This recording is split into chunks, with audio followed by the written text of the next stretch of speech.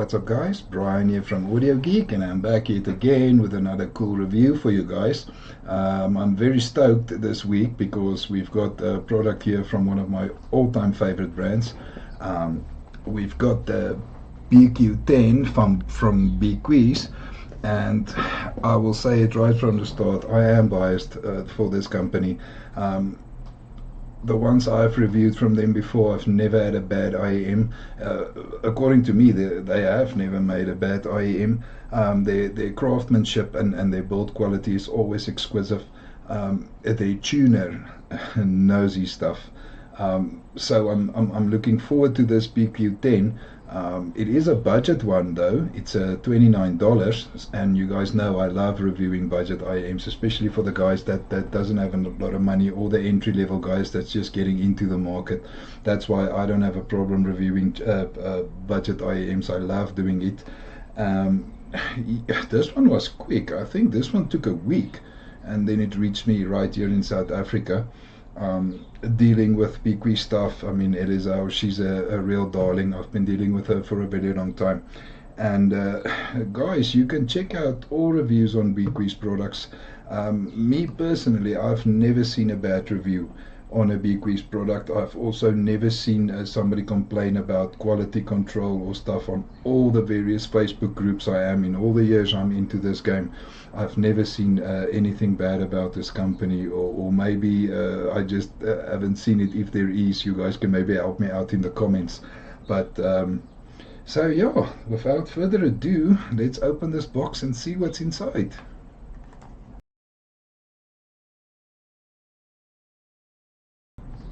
Okay, so as you guys can see, we have a nice sturdy cardboard box here.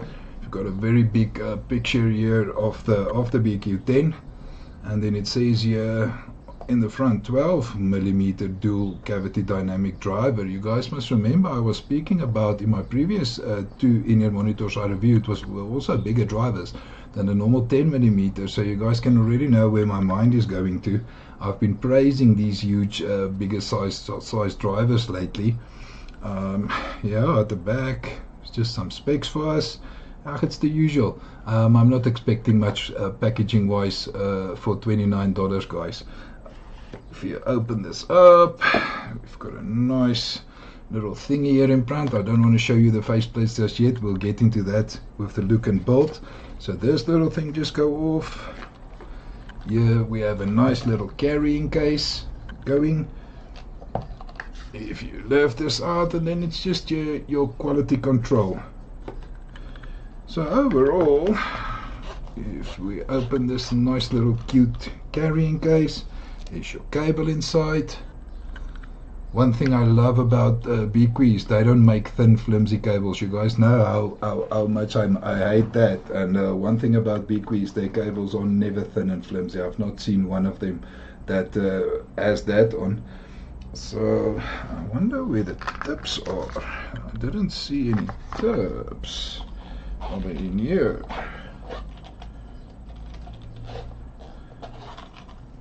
Oh, there we go. Almost thought there wasn't any tips inside. It's here inside in the storage case. Let's see. Okay, so what we have here is white silicone tips, and these ones also look like whiteboard. Let me just have a look here. Let's see. Yes, these are also whiteboard. Let me just check if they are the same.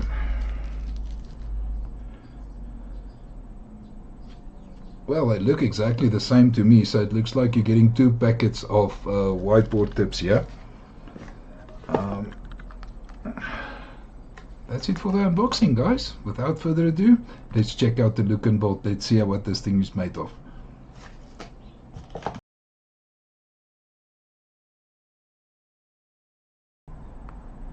If we see the look and build on this BQ10, I can immediately show you guys.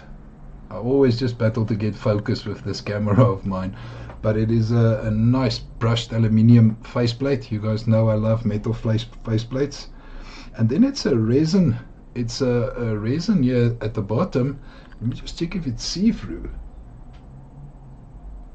Yeah, you can actually see through it. I like that when they do these resins in a bit of a dark, and then if you hold it to the light, you can see through. If I check here, you can see that huge 12mm driver. You can see that sticking out. I have to say, it's not heavy at all. I mean, because it's a resin at the bottom. If this was metal, it will be a bit more heavier.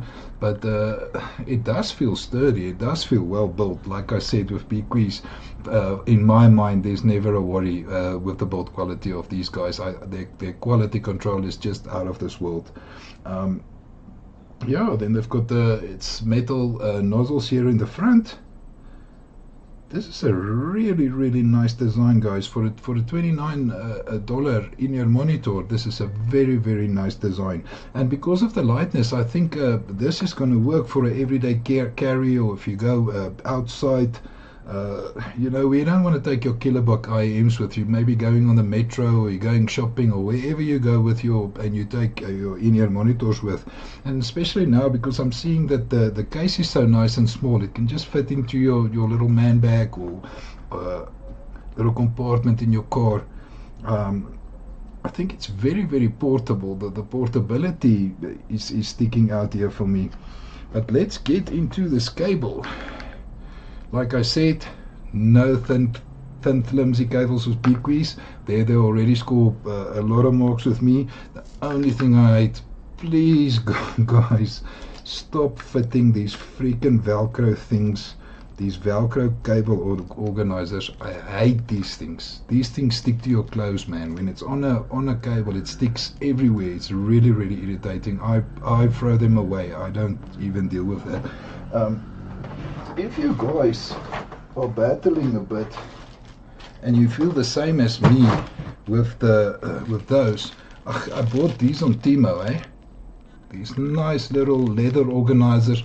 I think if I paid $2, it's a lot of money for 10. I don't know why these companies don't just give a nice little leather, even if it's fake leather.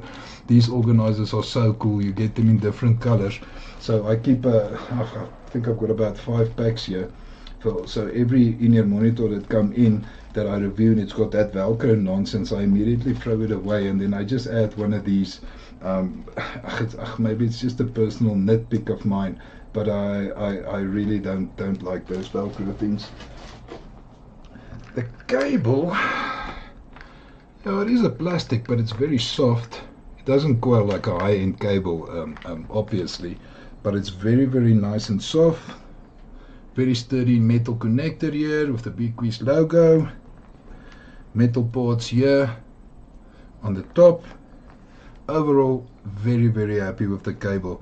If we check out the tabs, these are very wide bore. These are very wide bore tabs, guys. They look like your normal silicone tip, so it's nothing special to write home about. I don't think we're going to expect the divinest tips or whatever with a $29 in-ear monitor. I just don't know, why did they also include a set of narrow bores? Why did they do 2 sets of wide bores? It's actually I don't know why. I have to check. But in any case, guys, that is it for the look and build, and we can now go over to the connectivity.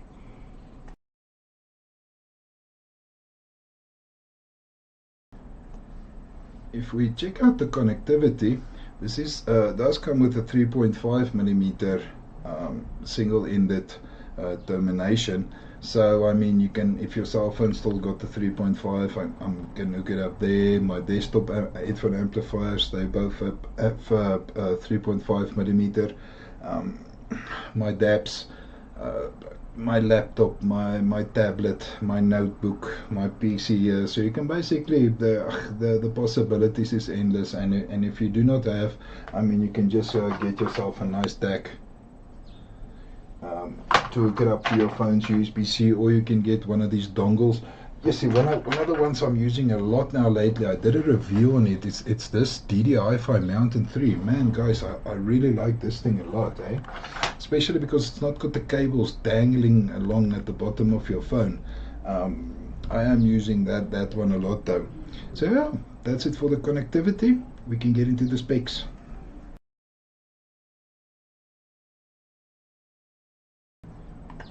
Before we start with the specs, guys, I just want to mention, and I forgot to mention it in the connectivity part, that you also get it in a Type C, so there's no need for a DAC. You can just order the Type C version if you want. I mean, then you get an automatic little DAC chip. Um, I actually like nowadays to get them, if it's like these budget ones, I like to get them in the USB-C because it makes it a bit more convenient, especially if you don't have a phone that's got a 3.5 millimeter. Another thing that I just confirmed on the internet is that I did receive 2 packets of whiteboard tips, and there should be a packet of black base tips that I saw now, but I'm not going to hold that against BQEYZ. I mean, that can happen to anybody, it can happen to any company. I'm really not going to hold that against them. They say it's a 12 millimeter driver, and I'm seeing here they say it's a 12 millimeter dual captivity driver unit. It reduces noise during audio transmission, provides better sound quality, creates spatial atmosphere, and improves the sense of space, the low frequency performance, and the music. So if I check out the impedance is a bit high. It's no higher than normal for an IEM. I see it comes in here at 40 ohms. The sensitivity is 130 dB, so I think these will still be able to be driven from your phone very easily. I know my Oppo's got a very strong amplifier inside, so it never has a problem driving in. I've even driven planar in-ear monitors with my Oppo, and it's never have been a problem. The sensitivity is 113 dBs. Now, a lot of people, when they look at how difficult an in-ear monitor is to drive, they always just look at the impedance. They forget the sensitivity. Sensitivity is a very, very important spec on an in-ear monitor, and this 113 dB, it already tells me it's going to be easy to drive. Cable length 1.2 meters, pin type 0.78 millimeters, plug type, like I said, USB-C and 3.5 millimeter. They say the diaphragm of the driver is PET, and that's it for the specs, guys. I also thought, let's just try a cool fitting here, because I wanted to see how they fit. Yes, they are so light. It's the first thing I pick up. They're very, very light.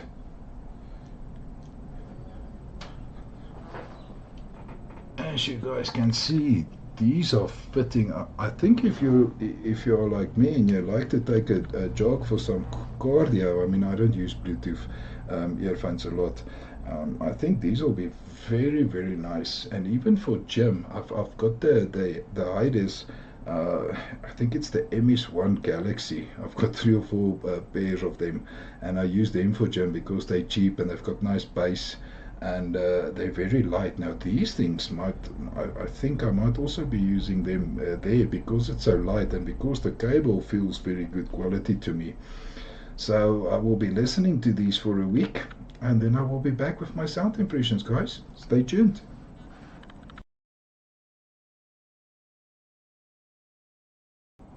And I am back with my sound impressions on the BQEYZ BQ10 in-ear monitors, guys. I have to say, overall to my ears, the sound, it is a V shape, but it's not one of those way out extreme type of a V shapes. I found the bass to be a little lacking to my liking. I used bass tips from another set when I was listening to the bass. Because of this set I got 2 sets of wide bores, so I just used and then there are the normal wide bores, so I just used normal bass tips from another set that I had. It is much more musical than it's technical. I mean, you can expect it at the price.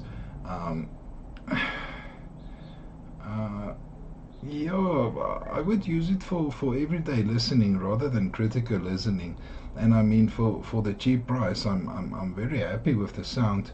I also just want to add something here, that straight from the phone, these don't sound so good.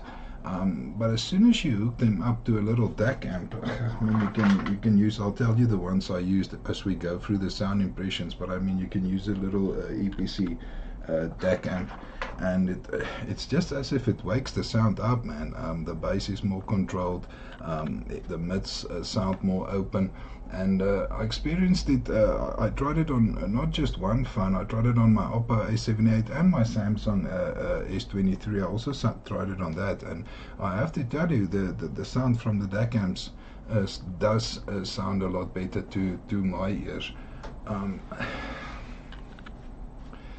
For bass, to test the bass, I used my EPZ TP50. So that's a nice DAC amp. I must actually do, I've got a few EPZ dongle DAC amps. I must actually do a series on them and tell you which for what everyone is for. For bass, I like to use the TP50 as it is a bit more warm sounder and it's got a nice bass to it. I started off with a song by Soda. It's called Pullin Up, and even with the bass stops, the bass to me was very balanced. The same, there's a song Feel the Rhythm by FOVOS. It's a hard-hitting mid-bass punch dominated song, and there the BQ10 kept up well, so I can immediately tell you it's much more mid-bass dominated than sub-bass dominated. The BQ10 kept up with those fast mid-bass slams in that song very well, if I may add that. There's another song by Amelie Lenz. It's called Falling For You. It's also a fast a mid-bass dominated song with very, very fast mid-bass punches, and I just listened to that song just to confirm to myself that this is mid-bass dominated. Yeah, it also seems that this is the type of music that the BQEYZ likes, if you're looking at it bass wise. Another song I like to test bass with, because this one's got sub bass, and it's Aria by Argy. I could not find sub bass. I can just be honest, I could not find a decent amount of sub bass on this, so this is definitely mid bass orientated, guys. The same there's a song Crush by Yellow Claw. Man, that thing has got sub bass, it's got fast punching mid bass, and I have to say I was satisfied on the bass, and there was a little bit of sub bass, but still not like I'm used to on my bass headsets, you know. So overall, the bass is hard slamming. It's fast and punchy, but it lacks a little bit of oomph, you know, to produce real sub bass. I'm not really going to comment on the texture of the bass on an IM. I mean, you find for $25 in stores now. If we open over to the mids, there's a song by Peter Gabriel. It's called Panopticon, and Peter's vocals sounded a bit recessed. But it was because of the DAC amp that I connected, because it turns the bass real warm, but it also turns the mids and the treble warm. So I just switched there to the TP20, which is not so warm, and then it made a huge difference, and then the vocals came up a bit. Even with Queen, You're My Best Friends, even still a higher pitched male vocal like Freddie Mercury, it was still a bit balanced to me. And it was not boosted in any way. It did sound very natural to my ears though. If we open over to female vocals, Joni Mitchell, A Case of You, now there I had a bit of a boost. So there is a bit of a boost in the upper mids, the higher pitched female vocals. Yeah, I could hear that was boosted, not in a bad way, and not on insane levels. It sounded very good actually. The same with Shawn Colvin. It might sound like a man, but this is a lady, and she sings a cover of Baker Street. The deeper female vocals, even though it's a bit deeper than the higher pitch ones, it was still a bit boosted. And I have to say, I like the female vocals on the BQEYZ BQ10 more than the male vocals. What impressed me more on that song was the acoustic guitar though. Man, that acoustic guitar sounded really thick and warm. So if you're an acoustic music lover, this BQ10 might surprise you. Um, so overall, for me, the female vocals dominated over the male vocals, even with the little boost.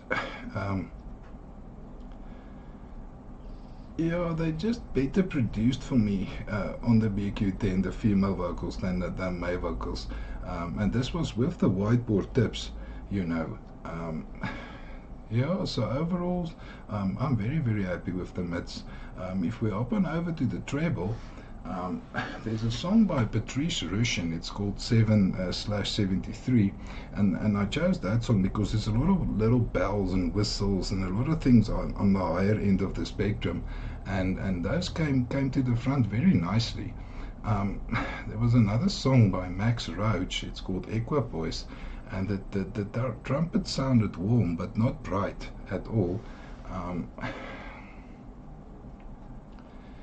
Yeah, I flipped it over to a phone connection, and then the IM became bright. So this is what I found when I listen with the DAC amp. The mids and the treble is not so boosted and not so bright. But as soon as you switch to a phone, I found that the treble becomes a bit harsh and a bit spicy. Um, Alice Coltrane, yeah, now that's a cool song. You guys must take a note of this one. It's called Joni in Satchidananda. Um, there's a flute on there that goes really high, and the BQ10 produced that very nicely for me. Um, it sounded beautiful. There's a lot of treble going on in that song, and I have to tell you, the BQ10 kept up very well with all those bells and whistles and little chimes and stuff going on there. You must actually listen to the song. You will hear how busy that track is. Um, Another song by Ahmed Jamal Trio. It's called Poinciana. I have to say, the hi-hats and the higher notes on the piano sounded balanced to me and not bright at all. So you're gonna know these things are not gonna fatigue your ears with long listening sessions, guy. Also not with very loud music. It's not gonna hurt your ears because the treble doesn't sound so bright to me. Um, yeah. Overall, the treble is very satisfying. If you add a nice balanced Cirrus Logic DAC amp, um, I can't really complain, guys. If we check out the technicalities, I have to be honest here, soundstage is non-existent. But I won't expect anything, you can't expect flagship levels of technicalities on a $25 IAM. We have to be realistic here, guys. Um, and because it's a much more musical than a technical IEM for me, the technicalities is going to suffer for that a bit. But for me, on these cheaper IEMs, I would rather take a musical IEM which I can use every day and use for other stuff like watching TikTok videos, and listening to casual music in the backgrounds while you're doing chores around the house. Um, Instrument separation, on the other hand, was really good, especially with the songs with a lot going on. Like I told you with that Alice Coltrane song now. Um, Pratt, obviously the star of the show, if you take technicalities versus musicality. And I think it's going to be a nice selling point because it does get your foot tapping. Um, Overall, I'm very, very happy with the sound, guys, and all that's left is for us to check out my conclusion.